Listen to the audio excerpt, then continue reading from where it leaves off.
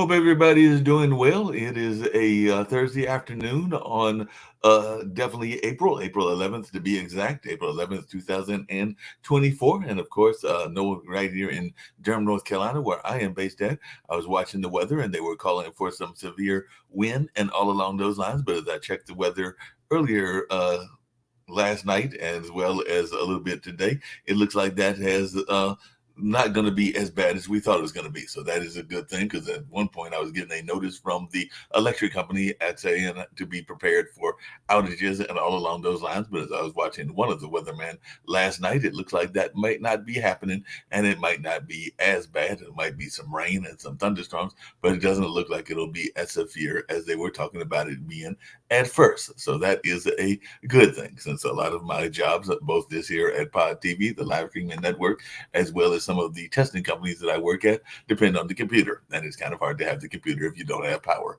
and all along those lines. So I'm definitely glad that they're saying that it won't be bad as they were projecting it to be. So that is a wonderful thing.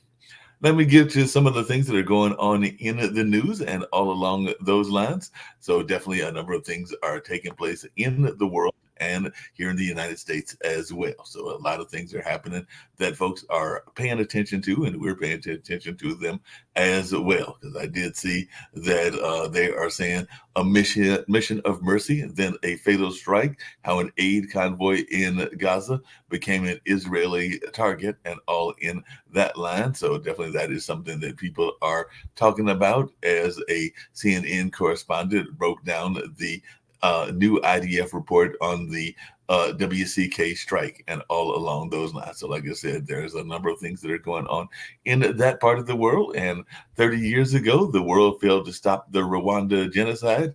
Now, folks are looking at other parts of the world and seeing what's going on in that space as well. So, Rwandans are learning to live as neighbors in the shadow of genocide. So, that particular incident happened back in 1994, and Rwanda has marked the 30 years of reconciliation after the genocide, but they are definitely admitting that major challenges still remained. And it looks like they're in the elections in South Korea. There is some bad news for President Yoon of South Korea. So the South Korea opposition won in a landslide parliamentary election. So they're saying that that big loss could turn the pro-business Yoon into a lame duck there in South Korea. So that is something that folks are paying attention to as well. And, we're hearing about fraud cases here in the United States, but it doesn't just impact the United States because apparently a Vietnamese tycoon has been sentenced to death in a $12 billion fraud case. So the Vietnamese property tycoon was sentenced to death in the country's biggest ever financial fraud, according to state media out of that area. So definitely the individual was Trong Mai Lam, and definitely that was a $44 billion fraud in that particular case. And looks like Japanese Prime Minister is making several visits. As a matter of fact, he was in D.C. yesterday. I believe he's supposed to be in North Carolina today. I know they're supposed to be visiting Duke Gardens, which is a wonderful botanical garden, and hopefully the rain will stay away. So I believe that's his first lady that's supposed to be making that visit. They're supposed to be making several visits, including hearing some bluegrass and getting some fancy Southern barbecue and all along those lines. So it is supposed to be a North Carolina trip in that way. But on yesterday, the Bidens welcomed the Prime Minister of Japan for a state dinner. I understand that definitely one of the great rock legends, I think it was Phil Collins, was actually performing for that particular event and all along those lines. And the Japanese Prime Minister is to address Congress in a joint meeting. So that is something else that is going on as well. So apparently Kashida cracked jokes and invoked Star Trek as he and Biden toasted the U.S. and Japanese alliance. So definitely that's something that's going on. And also in that same space, Joe Biden says U.S. support for Israel is ironclad as Iran threats are increasing. So U.S. may intervene to help Israel defend itself against Iranian attack, according to some officials there. And Netanyahu is hinting at a retaliation if Iran does attack as CENTCOM chief lands in Israel. So a lot of things going on in the world of diplomacy and trying to have diplomacy and all in that space. I don't know about the rest of y'all, but I think I might be worried if I was in a train station and a horse came out on that train station. But apparently that's what happened in Australia, because there was a runaway horse trotting onto a Sydney train station platform, and there's videos that show this as the horse is wandering around an Australia train station wearing a rain rug. So an escaped racehorse joined the commuters over there at a stand at the train station, and apparently it might have even been a horse with manners because it was standing behind the yellow line. So I don't know, maybe it's a well-trained horse, but definitely that was a little bit of lighthearted news that I was seeing with all of the hard news that is going on as well. And by the way, Russia, getting back to the hard news, has destroyed the largest power plant in Ukraine's Kyiv region. So Russia claims it failed a British-led sabotage plot, 200,000 left without power after a massive attack. So that is something else that is in the news and that folks are talking about as well. So like I said, a lot of things are going on that people are paying attention to in a number of places and all in that way. So definitely folks are even paying attention to what's going on in Pompeii, because apparently a project to shore up Pompeii is yielding stunning black banquet halls with frescoes of Trojan War figures. So there are some folks that are trying to do some design there in that area as well. And the Prime Minister Trudeau has defended integrity, and we can already talk about it, integrity of the Canadian elections before a public inquiry. So it's definitely, it'll be interesting to see what goes on in that space, because apparently Canada is accusing India and possibly even Pakistan of election interference. And I know there's been talk of election interference here in the U.S. as well, because I've known that people have talked about it, whether it's with China or in the past with Russia and all along those lines. So definitely there's a lot of things, even in election integrity, that are going on, not just here in the United States, but around the world. By the way, the FBI director is warning of elevated public national safety and is pushing for increased funding, because the FBI is concerned about possible coordinated attacks in the U.S. after the Russia massacre. So definitely that is something that folks are talking about. And there was even a former top general that warned of inevitable threats to the U.S. from the Islamic State in the wake of the Moscow attack. So FBI director is saying that he's concerned about lone wolf or small groups will draw twisted inspiration from what took place over there in Russia. And apparently the EU lawmakers have approved an overhaul of the bloc's migration laws. So that is something else going on, as well as EU countries are not enforcing the migration pact, and that could face legal actions, according to Johansson. So definitely a lot of things, even migration is an issue, not just here in the United States, but in other parts of the world as well. So definitely going to bring in my guests and talk about election integrity. But before I get that out, we did want to say that apparently Arizona Republicans have shut down discussion on a proposed repeal of the 1864 abortion law. And Whoopi Goldberg is claiming that the GOP wants to bring slavery back. So that's something that we're seeing, as there is definitely people that are concerned about both the laws in Florida and Arizona when it comes to abortion rights.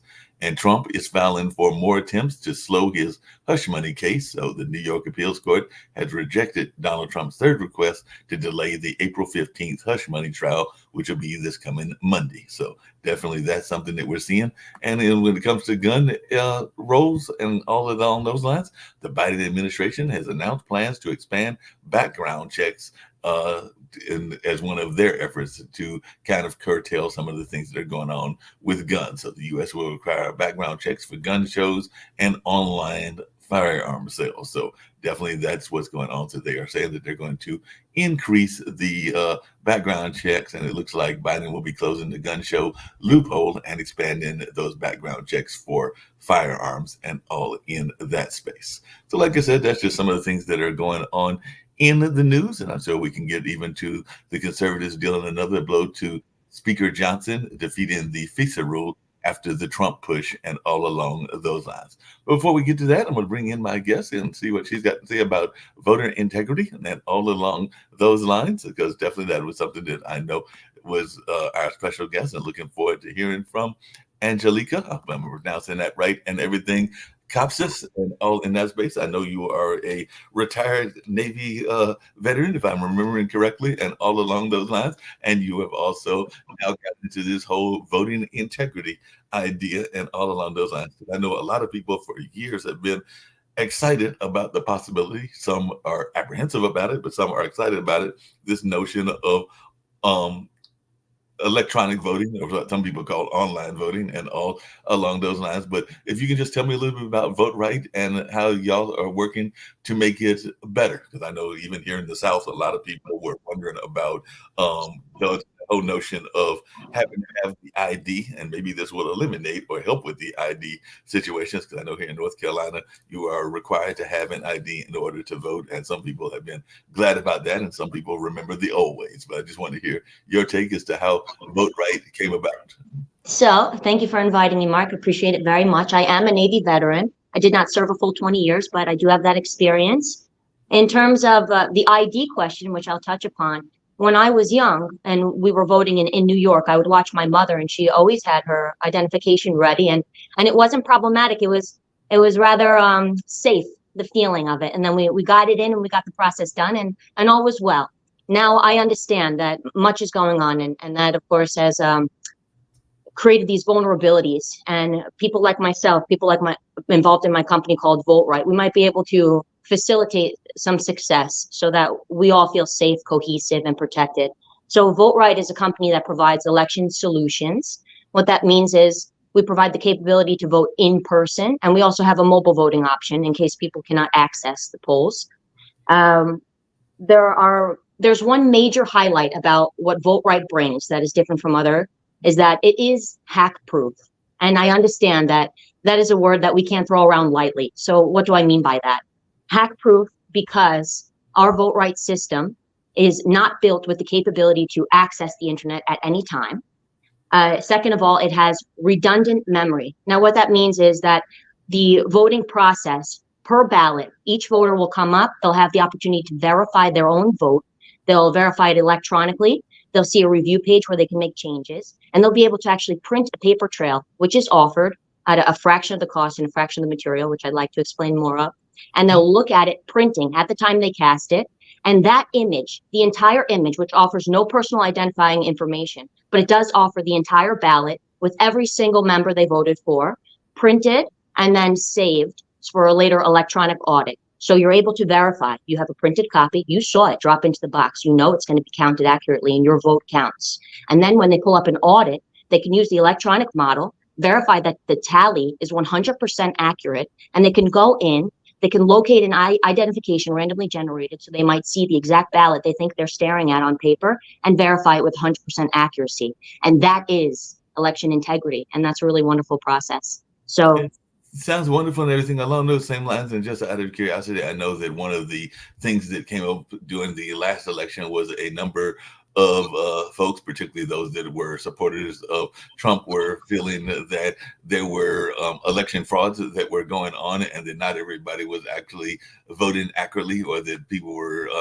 coming out of the blue and voting. And I do know, having gone to school in Milwaukee, the notion of folks coming from the dead to vote, because definitely Chicago was notorious for that, and there were others, including even New York, that had some of that kind of history as well and everything. But how would this alleviate some of those concerns that people had in that space and all along those lines? Well, so when we want to be accurate and we are placing units all around the state, whatever it may be, a precinct, right?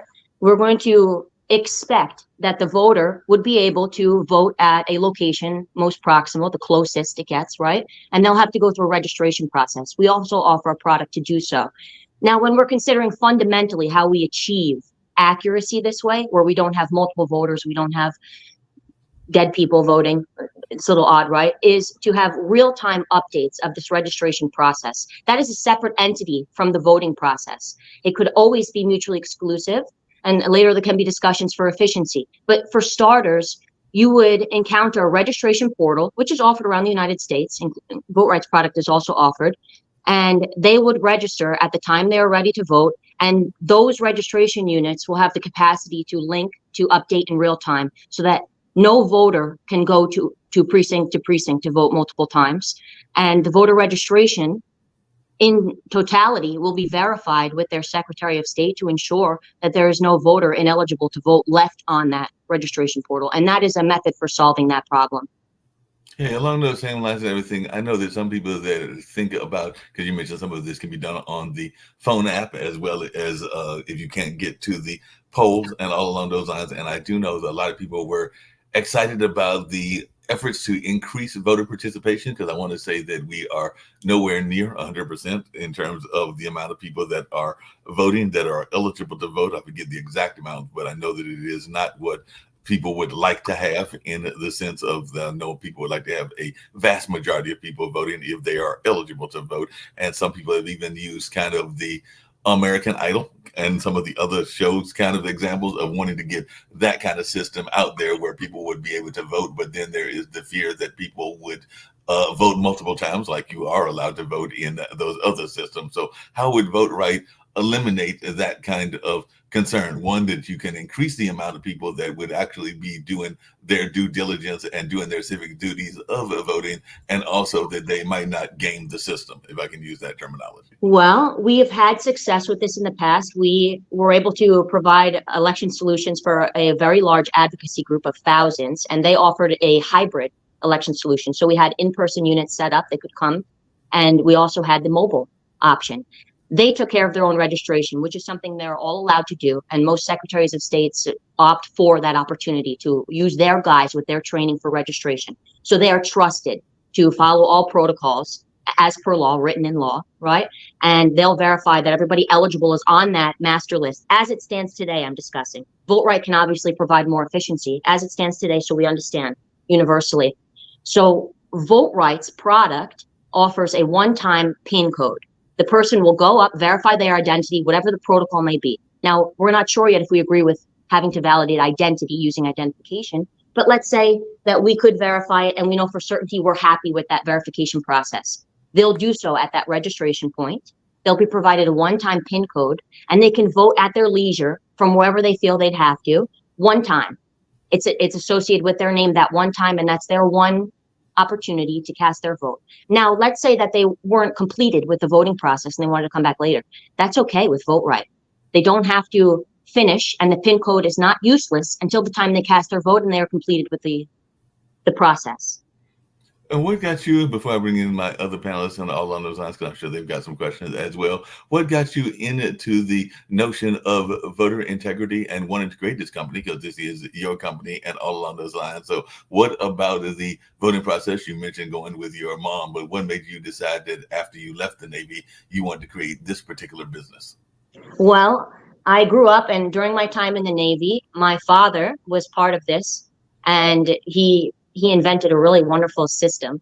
Right after those pull downs, you remember the manual pull down system? He invented a really nice electronic option. And so I was watching, and I would participate as an informal poll worker, a tech support guy, what it might be. And while I was in the Navy, I acquired a lot of experience. I did a lot of community service, and I started reaching these populations, these marginalized populations, the special needs populations. And I realized, wow, these are all voters. They're all eligible to vote at this time. And they're not informed. They're not informed of all the opportunities they have. And then we come to these conclusions, these realizations that when they're not informed, who are they entrusting? They're entrusting maybe peers. Maybe they have the right idea for them, maybe they don't, right? So what's the best option for these people is to involve myself directly in the process enough to supply people at any capacity, at any level of functioning, called the total population, with an opportunity to cast their vote accurately. And what I mean by that is I've simplified this process. We've revamped our software because previously I owned a special needs business, and I really learned them. I'm a behavior interventionist. I teach life skills and community integration, which means I take them out. I teach them how to transact deals, how to be polite, use etiquette, how to fit in, how to be as normally functioning as possible. And then they choose their role. And some of them chose to be a poll worker with me one day with Votrite. So bringing this all together, I'm able to support any level of functioning that I have learned so far. And I feel very dedicated to seeing that through, because once more of our population is informed, we're not always sure if somebody has a special need, right? We're not always sure what's going on in their life. whether or not they've been educated to a certain degree about voting, which is very specific. That's not what you find in school, right? So if we can simplify the process, if we create a voting system that's just so easy to use, and it has these accessibility features that were chosen by that population, and we educate on how to do it, we have the opportunity to practice, we even put them in the role and make them feel responsible and accountable. We're including so much of the population that the parents that have advanced degrees are very normally functioning, are reputable, honorable members of society. We bridge that, and now we have a voting process exactly like our democracy, which includes everybody and allows the people to make choice. And we start trusting each other because we're cohesive. Now we have enough information to come to similar conclusions, to vote for what we really choose. So that's why I did it. Yeah, along those same lines and everything, one of the complaints, because I've brought it up on this show, brought it up on other shows as well, that folks have sometimes with voting, I know even sometimes Adam Lambarello brings it up as well, is this notion of a lot of people that are voting are not adequately informed about who they are voting for. A lot of times they are voting because of the interest groups that have sent them a sheet of paper that have told them who to vote for and who they endorse, and all along those lines. So, is there something that Votrite is going to do to make sure that the voters are actually informed? Is there some sort of package or something that allows Yes. people to have a better understanding of the candidates' positions, for lack of a better term? Yes. So I'd like to say that advocacy groups are all around the United States right now working very diligently on supplying thorough information. And that includes the election administration of each county, of each state. They're actually improving it and providing these workbooks that people can have, and they can research through these protocols. They're doing that job wonderfully. What Votrite can provide in addition to that is paper reduction. If more people are informed, we work together. If more people are informed to vote in person when they can, we will still offer a paper trail. It will save millions of dollars in costs. If I may just interject an example here, right now to print ballots, which are printed prior, right? Because we leave them, we're not sure how many we have to print excess. They're larger than what Votrite offers. They're approximately 50 cents, 25 cents to 50 cents, depending on which deal you get. Votrite is offering a paper trail that is a fraction of the material, maybe 1/8 of the material, and it costs 3 cents per ballot printed on demand when the voter comes in and does so. By doing this, by encouraging this type of protocol, we are teaching the population to follow steps to limit the possibility that they will be vulnerable, pressured into opportunities like ballot stuffing, where people hold you and they believe in one thing and they want a group to comply, or multiple voting attempts through paper. Because the reality is, when you come in to vote, you should be prepared. You're voting one time, and that vote should be counted once. It should be counted accurately one time for each individual. And these processes, if we apply them, in addition to inform and using these advocacy groups and everything else, we will achieve a lot less of these concerns, these threatening outcomes. We will feel more cohesive, like we are achieving efficiency like we do in America. It's very important to us. And we should not go backwards from fear. Rick got a question and everything before I get to Rick's question. One of the things that I know that was part of the conversation and everything was this notion of accessibility, because I kind of alluded to it, and that's part of the complaint about the IDs and all along those lines, is that some people feel that not everybody automatically has an ID. And I do know that there have been concerns in Atlanta and in other places where it is targeted at certain minority populations and all along those lines. So how does Votrite address those concerns? And is that something that is part of the conversation as well? Because I do know that you said you worked in the disability field, but I do know that whether it was Sandra, Ms. Adams or others, that there have been concerns about there being some efforts to suppress vote as well. So I just wondering, how does Votrite address that? First, Votrite encourages voter participation by offering any language. So we can add it to the electronic ballot and they can vote. Right now, we're limited. We print a ballot, we have 2 sides, and depending on which county, which they're paying a high price for, they get Spanish and English typically, right? So if you vote with Votrite, you're able to select your language. And that will absolutely increase voter participation. When we're discussing identification and registration protocols, these come more from Secretary of State and counties. These are election administration. They do a slightly different job generating laws and codes that comply with what the population would require. Now, they are taking time to assess the marginalized population. I was reading maybe a year ago that they were encouraging people that did not have identification, even immigrants that weren't quite there yet in the process, to get ID cards. It is accessible for them, and there are advocacy groups, I know for a fact, that go around and brief these people, set up shop, and they offer it, kind of like they have those fairs, the career fairs. You know what I mean? And it's that easy, it's that comfortable, and you walk right up, they get you registered, and they might even get you an identification, depending on which organization is holding that. What we can do, Votrite's products offer customized solutions. What that means is, depending on where we're located, depending on who needs what, we can tailor the registration process to accommodate. Right now, it's not a federal code. The election process is not quite a federal law sent down to all the states, right? The states have a say in what goes on. So some states are opting for a photo identification, others might do signature verification, and we can accommodate either request. We're not hindered in any way that way. So it'll facilitate that participation. Sounds good. Angela, thank you for your service. Question in a sec. But first, I got to say that voter fraud by individuals, according to audits of billions of votes cast by Americans in decades of election, has been shown to be, have a super small incidence. It's a high risk, low reward crime. If you're an embezzler, your reward is potentially millions of dollars versus jail. With voter fraud, your reward is you get to vote like twice, and you still go to jail for so. It's been shown to be not that huge a problem by individual voters. Are your systems in use in this upcoming election? Our systems right now are approved for federal certification through the EAC, and we are seeking funding to provide that. And after we seek the funding and we are federally certified, we will be eligible for many of these upcoming primaries and generals. That is what is right now. What's going on in this country that I'm noticing is that the laws are being amended quite quickly, and the verbiage at times excludes products like my own, direct reporting, electronic systems, things of that nature. And I understand why people may feel that way from other companies' experiences. We have taken a lot of time researching other companies, what's going on, what's requested, and we have evolved. We have given this real relevant concept for America to use that will clear a lot of these issues.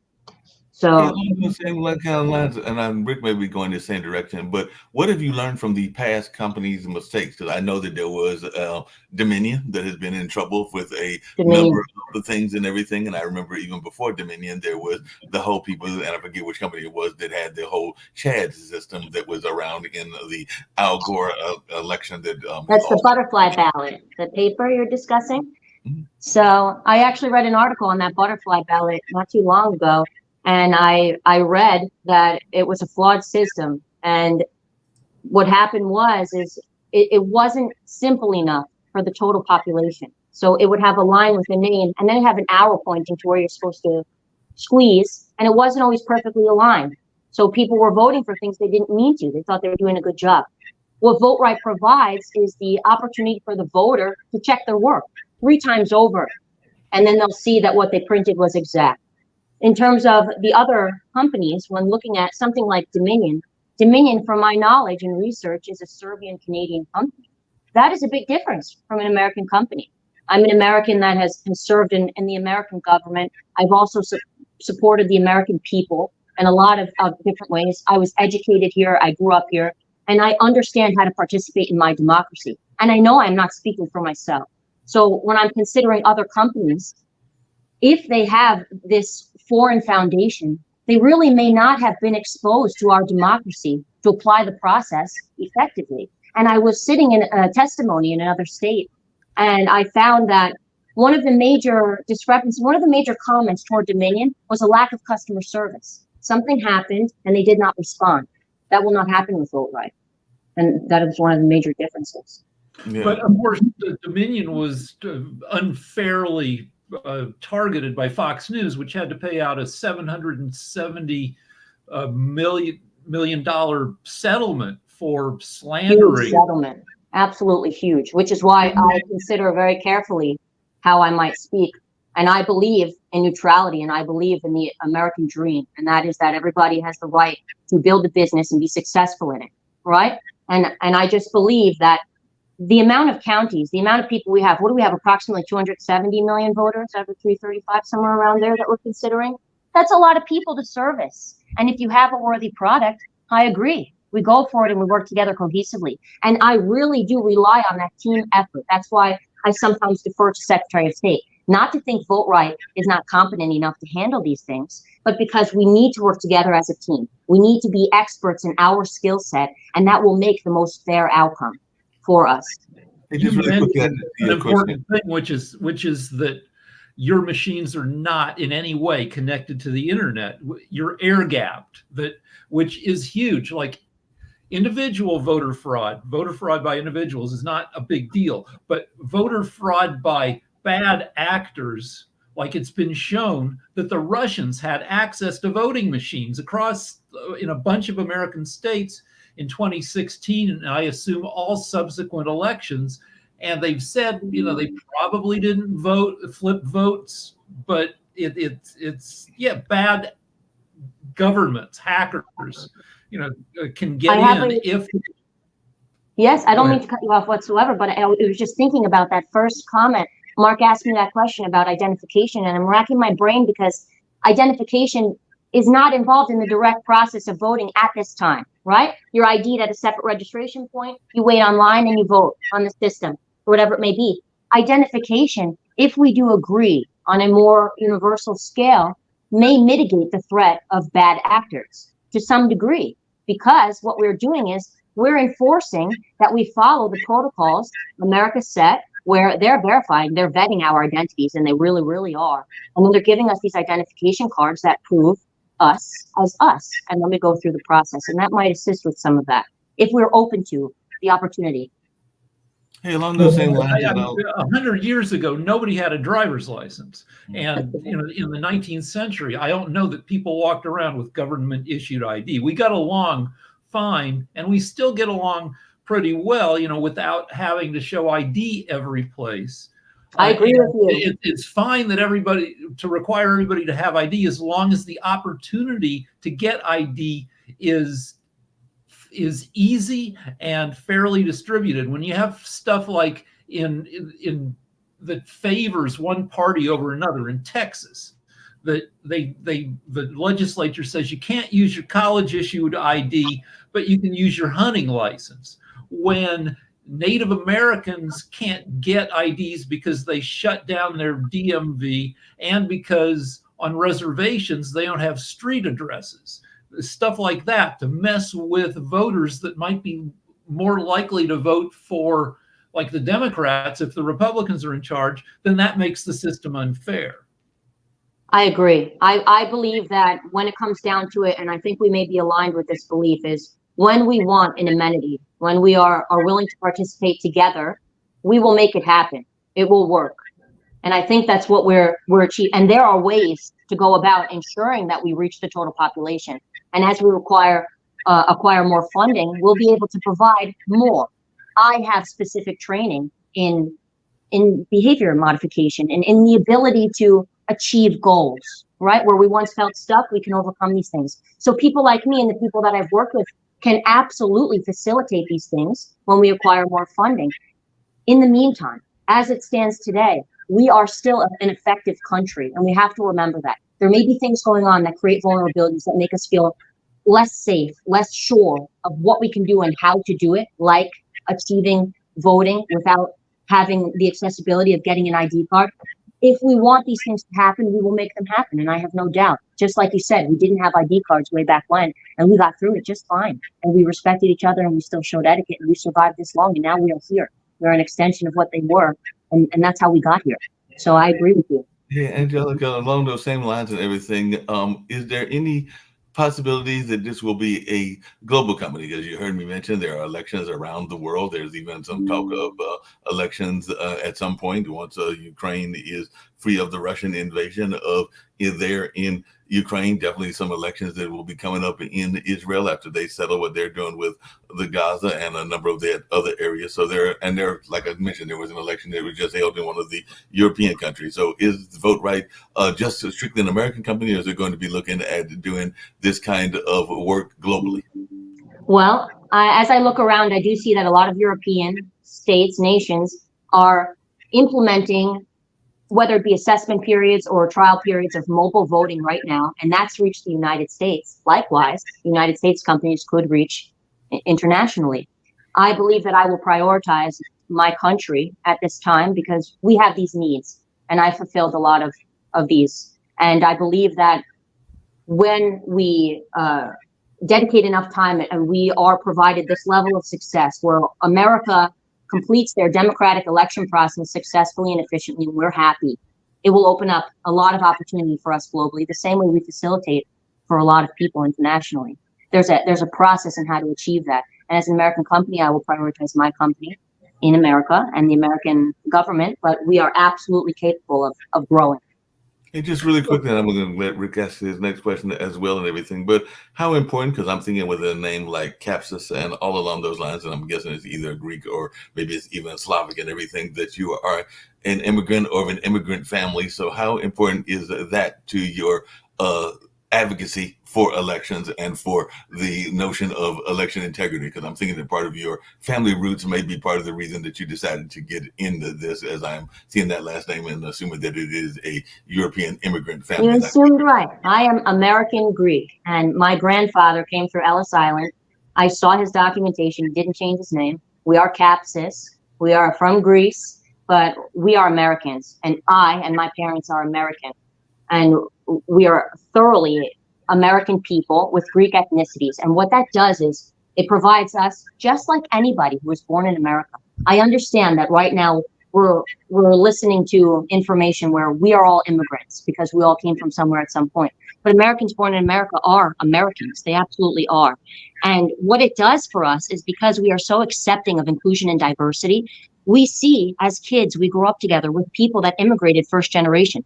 One of my closest friends was Persian, and he came in, and in Indian I had, and China. I mean, I had everything. My favorite food was Asian food. You couldn't get me to eat Greek food as a kid. Why? Because I was exposed from a young age to people that were my age, learning the same process in my country. And no matter where they came from, what it did for us was to share. We got to learn their culture, how to respect them in a very neutral environment. And that provides a huge foundation for election integrity. America and its democracy have this foundation for election integrity just by being accepting and understanding information accurately, growing up together. So election integrity has two parts. One is to make sure the election is legit, but the other thing, especially in the past few elections, is to prove to skeptical people that the election was fair. If you look at Georgia in 2020, they counted the ballots like 3 times, and they went to court a dozen times, and still 40% of the population says no, there was fraud. How does your system prove to skeptical people that the election is legit? It has its own database. It doesn't have the hardware for internet capability, and it provides redundant memory, which I remarked on before, but I'd like to explain again. What that is the ballot, once voted through, it's going to be a DRE. So you are putting your finger on the electronic device like you would with banking. You plug in the numbers like you would with ranked voting on The Masked Singer if we're watching TV. And you vote for who you prefer, or you vote for who the candidate is, and you're looking at a review page. It is an exact replica of what the printed paper trail looks like, which is printed next to you, okay? So you are staring at the exact ballot that will be cut and put into the drop box for counting. In addition, redundant memory is going to allow it to store in the electronic device as well as the paper copy, and it will be a photo image, not including any PII, not including any personal information, for a later audit. You have the opportunity to audit it by hand. We have a larger font you can opt for, so you can count the ballot with ease, or you can go in, you can reprint from the electronic to have all ballots ready for a second count, and it will show the image, which can be researched through an identification number randomly generated to be able to confirm with 100% accuracy that you're not only looking at a ballot so you can count how many, but you're looking at exactly which candidates that person voted for. And that to me is election integrity. That is proving what it is. So Hey, given Alonzo, your, kind of like, given your knowledge, how confident are you about past elections, the results, and the 2024 election? Are you speaking of primary and general elections in America, or vote rights experience with customers? Well, but I mean, the elections that I don't think you were in the 2016 election, or 2018 or 2020, 2022. What do you think about those results? I think they were, I don't know. What do you think? Here's what I feel, and I'm going to give you this disclaimer because I think it is relevant. I have a master's degree in forensic science with a specialization in investigation. So I'm a very neutral party when it comes to reaching a bias, reaching an outcome, even if it is founded on a lot of evidence. If I myself have not thoroughly researched that at the time where I'm looking into it, I don't feel I should comment on an outcome when there are professionals that study it for a very long time. But to answer your question, I can speak fundamentally. I can speak on the process because that's what Votrite provides. And that's what any election solution specialist or company provides. I just want to say this. We facilitate the opportunity for people to vote, for professionals to utilize their protocols with our software to effectively vote. And what's most important to our American democracy, something we're very used to as a superpower, is being efficient, being effective, being protected, and remaining capable. So to remark on what you're thinking, whatever the outcome may have been, the continuous court proceedings, the delay in acceptance, which has nearly carried over to the next election cycle, is a delay that I would like to reduce. I think that with these protocols in effect, with my system and my software, we will be able to manage the outcome. We will have to trust the system if it is proven through many sources that are professionals that it's 100% accurate. And in doing so, we do not regress. We do not go backwards to paper ballots, which unfortunately are associated with human error because these people are extraordinarily tired. They're extraordinarily committed. They're honorable. They're perfect. But they're so tired after a 16-hour day and they're counting. What we can do is we can work together. We still have that opportunity to count ballots by hand. The people who are skeptical that need to feel it in their hands can do so. They can verify it on the electronic system, and we remain the way we are at the same speed that we're used to running at. And that's the most important to me. So when I'm considering this past election, I'm considering what to do to evolve the process to reach what I'm discussing. I think it's very important. Yeah, along those same lines, we've got Nick with us, who's one of the founders of the network. But I just want to kind of come back to what Rick was asking and everything. How confident are you that Votrite can alleviate the concerns of those that are so passionate about their campaign? Because you've heard a number of people that were definitely election deniers. I mean, we got Ron running for lieutenant governor here in North Carolina that has said that there were problems and that some of the votes were corrupted. And he's definitely said some other very interesting things as well, that being Mark Robertson and all in that space. But how, and even Marjorie Taylor Greene has said some things around the notion of the integrity of the election. So I think that's where Rick was going, is how can you convince those people that are set in their ways that this system will work and that it will alleviate their concerns? Well, I was in discussion at a Louisiana fair, and I met a Cajun male, and he walked over and he told me, I just want to write down your name right now because anything electronic, I'm going to say no to. So he spelled out Votrite and he wrote it down and he said, we're not going for it. And later, by the end of our 5-minute conversation, he said, oh, I didn't realize it was that simple. I'm still texting with my family, but now I think maybe I can do something like that. And what I believe is that with the right type of education, informing the public the right way, understanding that there are differences in socioeconomic upbringings, level of education, level of functioning, we're going to provide the foundation, not only for the candidates, but for my company as well, where we will have an expectation that is reasonable and appropriate. I think it's wonderful that a candidate is passionate. I understand. I also grew up playing sports. I understand how to be competitive, and I want to win. I agree with certain things. I really want to win. If we design a software, which I have designed, that allows for 100% accuracy, whoever wants to count it cannot come up with 99% accuracy. It is impossible. A computer with written software will repeat the same thing with 100% accuracy as many times. It doesn't fatigue. It doesn't make mistakes. So what we'll be able to do is to provide that outcome. That's what it will be, a very passionate campaign, and who is selected will be the ultimate winner. That's what will be tallied, and that's what will be printed. That's how we overcome that. Along those same lines, I know that definitely we've got Steve Rao, who is a candidate in city council in Morrisville. We've also got Isaiah, who is a young entrepreneur. He's actually in the entrepreneur space and in his early 20s and all along those lines. So they may have some thoughts about this notion of electronic voting. Isaiah, you're a young person. Is this something that you think your peers would go for? And maybe Steve's got some comments he wants to say as well.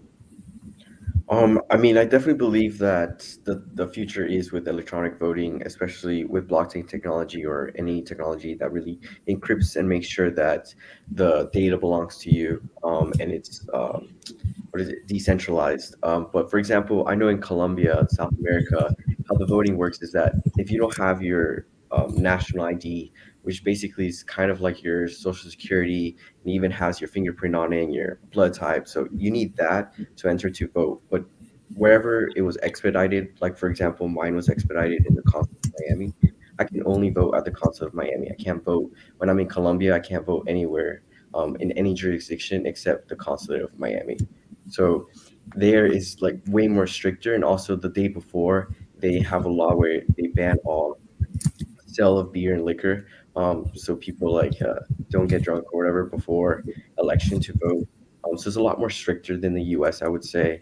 And I mean, I kind of agree with that system because every every person that has to have a card, and the only people that have a card is citizens. And I mean, it would work kind of like the electronic system, but it's I guess it's still not updated to modern times, but it's something similar. Yeah, and everything. Just really quickly, Steve, you got any thoughts? And I know Sasha's been listening. Yeah, well, I want to thank the guests for coming. I'm sorry I was late today. I'm en route to another meeting, but just wanted to say that, and I've got to chime out, but I think I really love what she was saying about data and evidence. And I mean, I think there's a lot of statements being thrown out there, but I know in North Carolina, for example, everyone says fraud, but there's only been about 5 cases of fraud reported in North Carolina, and all of them, they didn't find enough evidence and they were let go. But still, Mark Robinson, who's running for governor, says the election was stolen. Our governor won in a landslide, Roy Cooper.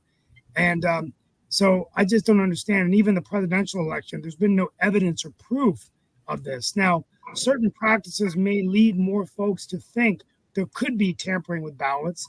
I know absentee ballots can be quite confusing. The rules are quite complicated about needing witnesses and things like that. The whole notion of ballot harvesting, people picking up ballots and dropping them off for others. So I think these kinds of behaviors perhaps need to be tightened by state board of elections, but they shouldn't be determined by candidates running for office.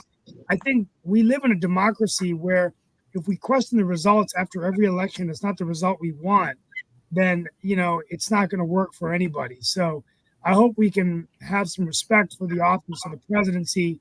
And I remember Al Gore, when he lost, he was with such dignity. He agreed with the Supreme Court decision, and George W. Bush became the president, and he called him and congratulated him. When Bill Clinton beat George H.W. Bush, he wrote a letter to the president saying, look, this office is an office that all the presidents have in common, and we have to do what's right for the country. He didn't contest George H.W. Bush didn't contest the election and say it was stolen. He lost to a governor of Arkansas and one of the worst upsets in presidential history. And it was a war hero. And I mean, so anyway, that's the point. I think it's we have to get ourselves back to respecting and integrity in elections, which is what Roe-Vot's about, but also honoring the outcomes rather than just making up cases of fraud. I'd like Republicans to show me the proof that there's fraud. They're not able to show the proof. I want to say that there's always been a low level of shenanigans. Isaiah said that, there are laws about that bars are closed on election day. Edgar Allan Poe in 1849 was found drunk and dead in a gutter, our most famous author, that was possibly part of an election fraud effort where people were kidnapped off the street, gotten drunk, and taken around to various precincts to vote multiple times. 1849. So yeah, there was shenanigans in Nixon versus Kennedy, 1960, on both sides. But generally, on the individual level, people deciding to vote more than once, that's not what goes on. Yeah. Angelica, any thoughts? And then Sasha, you want to I jump do. in? I have many thoughts. I really like these comments. And what I'm considering is what we are discussing right now is human behavior, which is something I'm also well versed in. And I would like to differentiate that from the product Votrite is selling, which is a software that is very competent in a sense. It will reproduce the same outcome 100% of the time. And no matter what mood we're in or what influence we're under, it's going to produce the results based off the choice. So where we are looking through this discussion, how I'm interpreting it, where we should be focusing is on reaching the population to identify what would be most relevant to inform the public of at this time, to encourage this cohesive attitude toward the next election cycle, the next election process. This way, we have a system. Now we understand Votrite is a system that can do this job. We still require funding for federal certification for some states, but not all states need that, which means that we are available for use immediately. If we use a system like Votrite, well, we will achieve accurate results. We can verify them. We can verify them 2 or 3 times. We don't require a protracted court proceeding, things of that nature, to go revisit this. We can take the focus away from repeating the same results, expecting a different outcome, and we can focus on the population that appears less informed about these specifics, that's resulting in them feeling this vulnerability is too much to handle. Every election is fraudulent. We cannot achieve it. It will never be real. It will be real. And the way that we achieve that is by focusing on informing the public properly. We can do this in many ways. We can have these advocacy groups go. We can have certain people that are representing Secretary of State, these election administration officials. They're incredible people, these election officials. I mean, they're so dedicated and awesome in every way. And they can probably hold these opportunities. Or we can list propositions. We can get more comfortable asking the public what they really want when they're in a private space casting a secret ballot. And propositions are really yes or no questions. Is it okay? Just really quickly, Angelica, along those same lines, and I'm glad that Nick popped up and everything, because I know we only got about a few more minutes to go and everything. But one thing that Nick has been talking about, and Sasha has even brought it up on a couple of these recent shows and everything, is Votrite going to also look at doing some things that we probably need to know about that we don't know about? Because one of the things that Nick brings up constantly is the fact that we are in $1 trillion of debt, and that there's this budget that we probably need to know more about than we actually know and everything. So I just wondered, will Votrite do some of the issue-oriented kind of things where you can actually learn about some of the things that you may not know as much about, and some that are very complex, because definitely the budget can be very complex. But I was just wondering, is Votrite? Yes. Well, just to say, we are absolutely mutually exclusive than politicians, right? And their endeavors, their intentions. We are a company that will provide a software that will facilitate a process for a different agency. And that agency happens to be government or unions, schools, universities, co-ops, those types of things. That's understood. Now, building a business like this allows for a lot of creativity. And since I was born in America, I understand just how far that stretches. Like I said, previously I owned a special needs business. I am very dedicated to including as much of the total population in our country as possible. And what that means is, to answer your question, yes, we will branch out within our scope of service. We might even be able to hybrid this opportunity. So more people that appeared less informed, that appeared uninformed, that are eligible to vote will be included, whether it's directly or indirectly, in our process. They will participate in whichever way they can. They will be placed in roles where they learn in real time, because some people learn visually, some people learn hands-on. You understand? So we're going to accommodate the public in a much different, much more effective way than I've seen previously, because of my experience and experience of my team. Sasha? Okay. Sasha's got a question. It is quite obvious that Trump is a compromised figure supported by foreign entities, foreign money, and this is the greatest threat to the United States of America. Is your system possible to do as to eliminate all votes for Trump and just to destroy them? I may misunderstand what you're asking for. What I will say about the protocol, direct me if I get off on a tangent, but I might have interpreted it a little bit differently. What happens is all Secretary, Are you Trump. asking if we're not gonna remove any candidate if they are legally allowed to remain on the ballot? Was that what the question was? I'm not asking to remove the person. I'm asking to remove the votes which are for election of this person.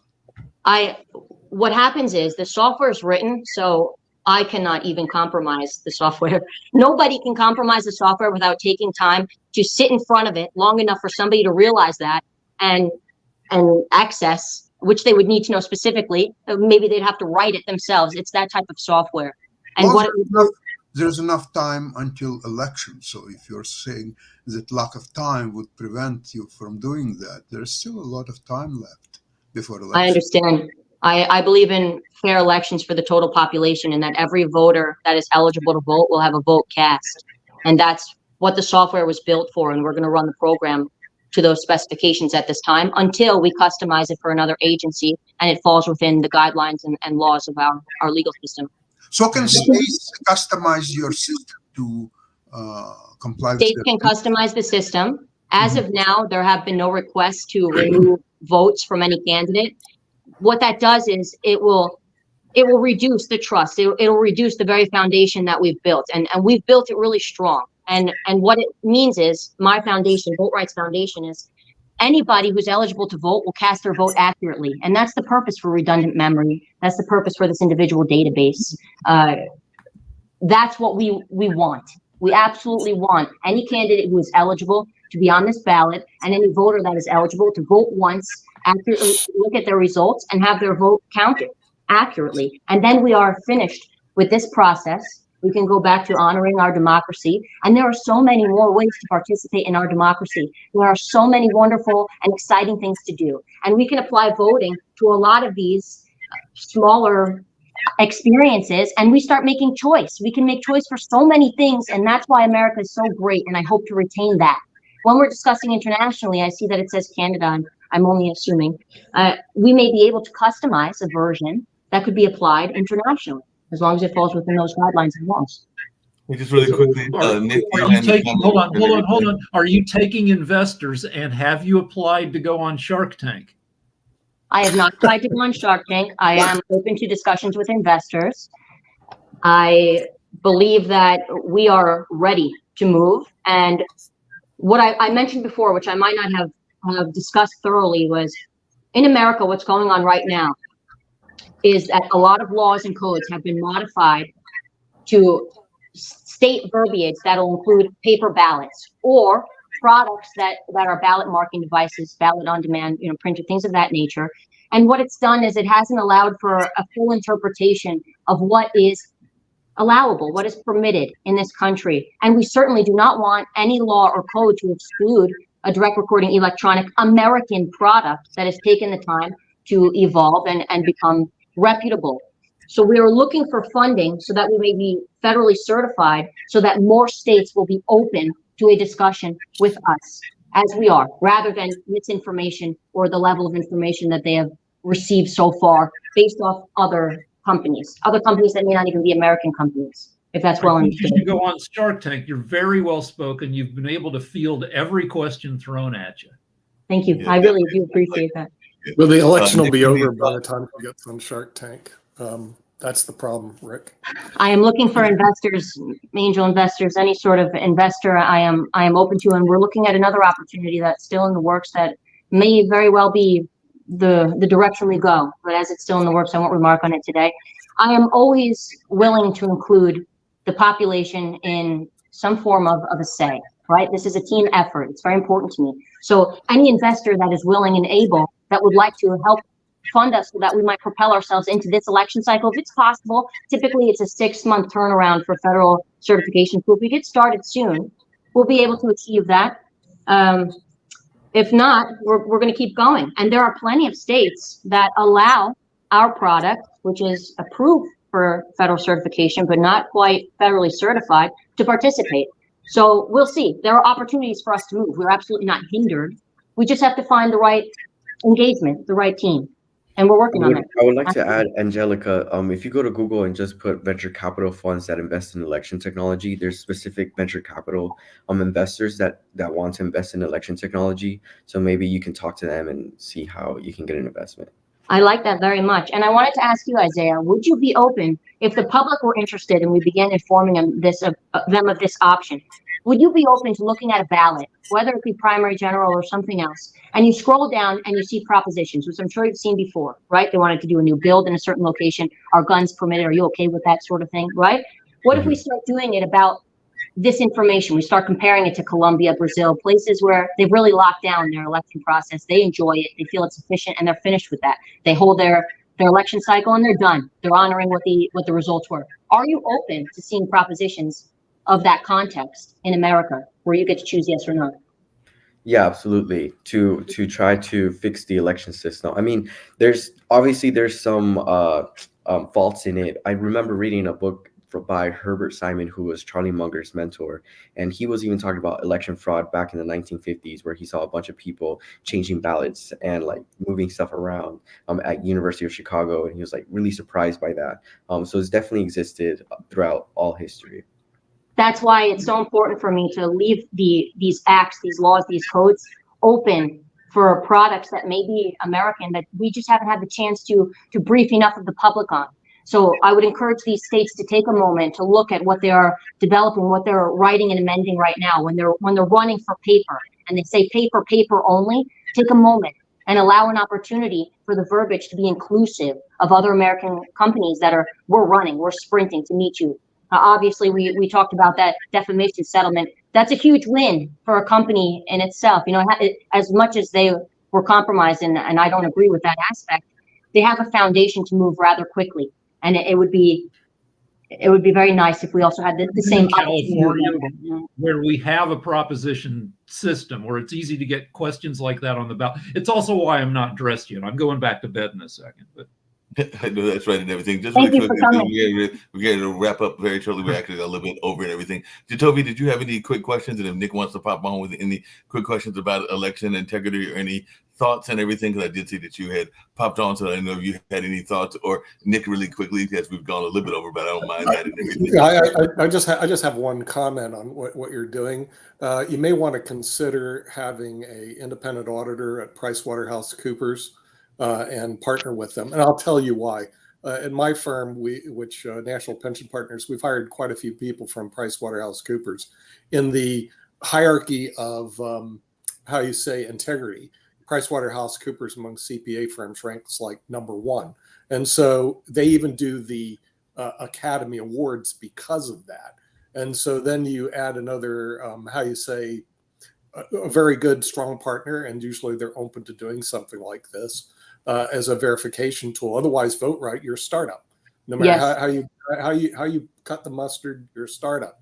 The minute you say, this is what we do, and we've partnered with PricewaterhouseCoopers as our independent auditor, all of a sudden you're a startup. But wait a minute, now you have a 100-year-old plus top of the line CPA firm that you're working with to do the verifications. So Thank you very much. My only comment, and I can tell you that then you'll be able to get a lot of investors. Thank you. That's it. Yeah, just really quickly, tell me any thoughts, and then I'm going to get us on out of here. But any quick thoughts that you want to add? Yeah, I came in late, so I missed most of the conversation. So I'd probably just be retreading something that we've already discussed. Fair enough, and all along those lines. But definitely, Angelica, if you can just let folks know how you can be reached and how Votrite can be reached as well, and hopefully we'll get you back on a future show as well. But I think you were, as Rick said, very informative and definitely shed some light on where you were hoping to take the company, and hopefully there'll be some success. But I was glad to have you as a guest.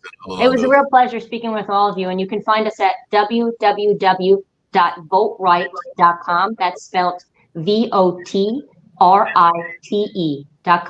It was my wife just rushed in and said O.J. Simpson died. Sorry to hear that. Well, sorry, it's not on the subject. Well, I have some discussion for that offline myself, but we studied that case in our master's program. Maybe we'll be able to move forward now. one of those things we his we have family to train just our minds to stay for too long on something less desirable when we have so much ahead of us, I think is the main theme. Yep, definitely. That is something to say. I do have to tease Nick really quickly because I had mentioned yesterday, and then I'm getting out of here. You saw me talk about the lighthearted news of the horse that was stuck on the train stations there in Australia. But I also remember, and to tell you, you'll get a kick out of this as well. I saw that because we talked about Monopoly yesterday, that Monopoly is now going to be a movie. So the people that did Barbie are going to release a Monopoly movie. So they have added that to their list and everything. So I think they've been listening to Pod TV too much, because they just announced that they're going to make a Monopoly movie. And apparently they're going to change, Sasha, they're going to change the game of Scrabble. Because apparently Scrabble is, and Isaiah, you'll get a kick out of this as well. Apparently it is not collaborative enough. So there is, the Mattel is releasing something called Scrabble Together, I believe is the name of the game, because they want it to be more collaborative and less competitive. And as one that got his backside kicked a couple of times by my aunt and my mother and others in Scrabble, I actually like the competitive nature, but they wanted to be more collaborative because that's what the young people want. But that will not be a game that will come to the United States, because apparently Mattel doesn't own the rights to Scrabble in the United States, which I also learned as well. But apparently Scrabble Together is about to be very popular, maybe even in Greece, Angelica, because they want more collaborative games in that space. Mark, there is one fabulous game where no one owns any rights, whether it's US or any other country. And you know what is a game? Chess. That is true. A great game, beats Scrabble and many other games easily. And I have played chess in the past. Like I said, I'm not a master at anything. Like I said, I used to get my backside kicked in Scrabble, just like I get it kicked sometime in Spinners, which is another version of dominoes for those of you that are familiar with the game and along those lines. But yeah, gaming can be important. And I know that Toby's into that gaming space, but it's more of the electronic game esports, which is very much a big industry and everything in that space. But I think he might even play a game of Scrabble every once in a while also. Well, Scrabble is trying to keep up with Words with Friends and Wordle and everything else that has taken over its market. Scrabble became like chess in a sense, where chess has its basic game, but then there's also battle chess and other forms of chess that are out there. So yeah, it's just trying to keep up, just like with everybody else. Yeah, and Margot Robbie is the one who's directing the Monopoly movie. It's not the whole crew from Barbie. Right. It's just Margot Robbie. That is correct. But she is directing the Monopoly movie. So I was not going to be rushing to the Monopoly movie, but then again, I wasn't rushing to Barbie either. Maybe Angelica rushed to it or somebody else did, but I did not rush. I rushed to Barbie. Barbie was classic. Yes, he did. So I do want to remark on these group activities. I think they're really wonderful, group Scrabble, things of that nature. And I do understand, I work in a school district. I still offer my services when I have a little bit of time. And I'm noticing that there's a big push for group activities that are facilitating the same curriculum, but we're achieving more of a pass or fail outcome. And I just want to be mindful. I think that's a wonderful opportunity. It solves a lot of problems pertaining to deficits. I understand the prevalence for autism spectrum disorder is quite high. And it's a communication deficit. Group activities facilitate communication. That may be another opportunity for us to have speak about information, to inform the public about things. And we always want to be mindful. Even we are encouraging this group participation, these group games. We want to learn in a way that facilitates independence. It is the most important thing for us, our population, our kids, to still be independent. And that's how we're going to make informed choice independently when we cast a ballot. And we won't have to worry about ballot stuffing because we'll be informed and educated. Nobody's going to mess with us then. So that's good. And with the group activities, this is why gaming in itself is one of the best things and kept a lot of people sane throughout COVID, because a lot of people condemn gaming but don't realize how much communication is involved when people play these games and how it keeps people in contact with their friends and family as they play video games.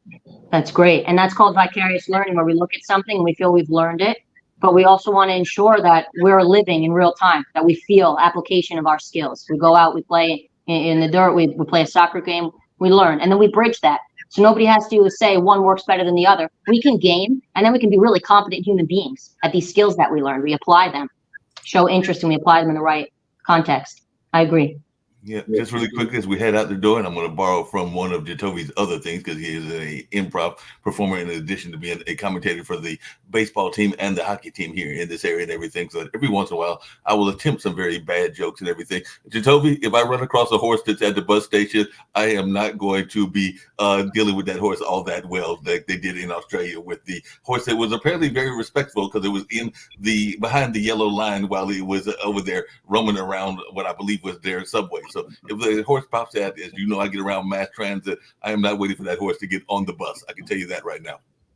Here you go, Mark. Since you want it, here's a bad dad joke for you.